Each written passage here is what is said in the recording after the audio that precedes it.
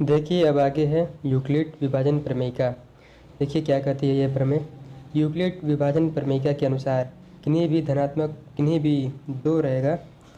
भी दो धनात्मक पूर्णांकों a और b के लिए दो पूर्ण संख्याएं इस प्रकार विद्यमान होंगी कि a बराबर बी क्यू प्लस आर, जहाँ पर r जो है जीरो से बड़ा है या फिर उसके बराबर हो सकता है और b r से बड़ा है। देखिए यहाँ पर a भाज्य है और b भाजक है और q भागफल है और r शेषफल है, अर्थात भाज्य बराबर भाजक गुणे भागफल प्लस शेषफल। देखिए मैं आपको एक एग्जाम्पल के थ्रू समझाने की कोशिश कर रहा हूँ, ध्यान दीजिए। देखिए मान लीजिए हमारे पास दो धनात्मक पूर्णांक हैं 12 और 5। तो ये क्या कह रहा है कि इसको हम a और b के लिए, ये a है और ये b है, दो पूर्ण संख्याएं इस प्रकार विद्यमान होंगी कि a बराबर बी क्यू प्लस आर। यानी कि हम 12 को कैसे लिख सकते हैं, आपको भाग दे करके देखना पड़ेगा 5 से। तो क्या बार में लेके जाएंगे, 2 बार में लेके जाएंगे तो 5 दूनी 10, शेषफल आएगा 2। तो ये क्या कह रहा है, भाज्य बराबर भाजक गुणे भागफल प्लस शेषफल। देखिए ये भाज्य है 12 और ये इसको हम कैसे लिख सकते हैं, 5 गुणे 2 प्लस 2, 5 गुणे 2 प्लस 2।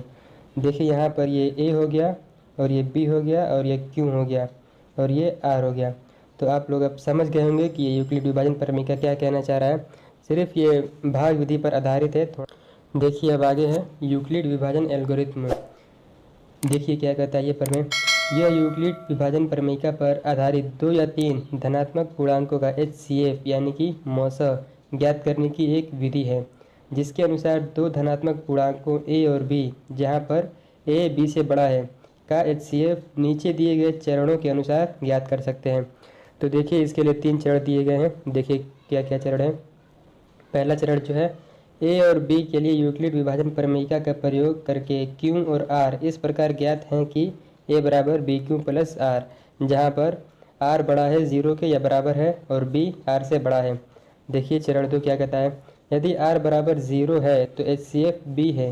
यदि r 0 के बराबर नहीं है तो b और r पर यूक्लिड विभाजन प्रमेयिका का प्रयोग दोबारा कीजिए। समझ में आ रहा है। अब देखिए तीसरा चरण क्या कहता है। उपरोक्त प्रक्रिया को तब तक जारी रखिए जब तक कि शेषफल शून्य न प्राप्त हो जाए। इस स्थिति में प्राप्त भाजक ही अभीष्ट महत्तम समापवर्तक है।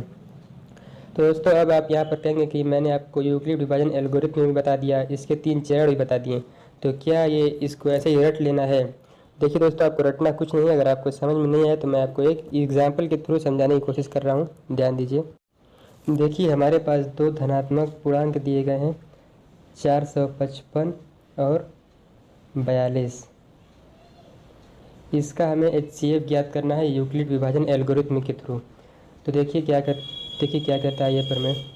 देखिए 3 चरण दिए गए हैं। पहला चरण क्या कहता है, a और b के लिए। देखिए यहाँ पर जो 455 बड़ा है 42 से, तो जो बड़ा रहता है वही a रहता है। तो चरण 1 के अनुसार हमको a बराबर बी क्यू प्लस आर के फॉर्म में इसको लिखना पड़ेगा। तो जैसा कि मैंने आपको पीछे बताया है अभी कि इसको a बराबर बी क्यू प्लस आर के फॉर्म में लिखने के लिए भाग देकर आपको देखना पड़ेगा। तो देखिए 455 को हम क्या लिख सकते हैं, भाग देकर के देख लीजिए।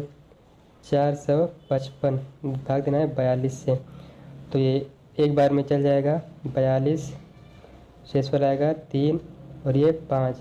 देखिए 35 जो है 42 से छोटा है, इसलिए शेषफल 35 ही रहेगा। तो देखिए हम क्या लिख सकते हैं, बी क्यू प्लस आर। यहाँ पर b है 42 और q है 1 और शेषफल है 35। देखिए अब चरण 2 क्या कहता है कि यदि r बराबर 0 है तो HCF b है, यानी कि अगर r 0 आ गया है तो HCF b है। यदि r 0 के बराबर नहीं है तो b और r को लेकर यूक्लिड विभाजन प्रमेयिका का प्रयोग दोबारा कीजिए। देखिए क्या कह रहा है, अगर r 0 है तो HCF b है, यानी कि 42 यहाँ पर। अगर 0 नहीं है तो 35 और 42, यानी कि b और r को लेकर ये प्रोसेस दोबारा करना है। तो आप देख सकते हैं यहाँ पर शेषफल 0 नहीं आया है, अभी तो 35 आया है, इसलिए हम लोग b और r को लेकर ये प्रोसेस दोबारा करते हैं। तो देखिए 42 को हम क्या लिख सकते हैं, फिर भाग देकर के देखना पड़ेगा। 42 और 35 तो एक ही बार में जाएगा 35, 12 में से 5 जाए 7, तो शेषफल 7 आया। तो देखिए 42 को हम क्या लिख सकते हैं, 35 गुणे 1 प्लस 7, अभी भी शेषफल 7 नहीं आया है। देखिए अब चरण 3 इसमें अप्लाई करते हैं। देखिए क्या कहता है, उपरोक्त प्रक्रिया को तब तक जारी रखिए जब तक कि शेषफल शून्य न प्राप्त हो जाए।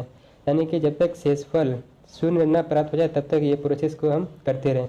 तो देखिए फिर से 35 और 7 को लेकर ये प्रोसेस दोबारा करने पर देखिए अब हम 35 को क्या लिख सकते हैं,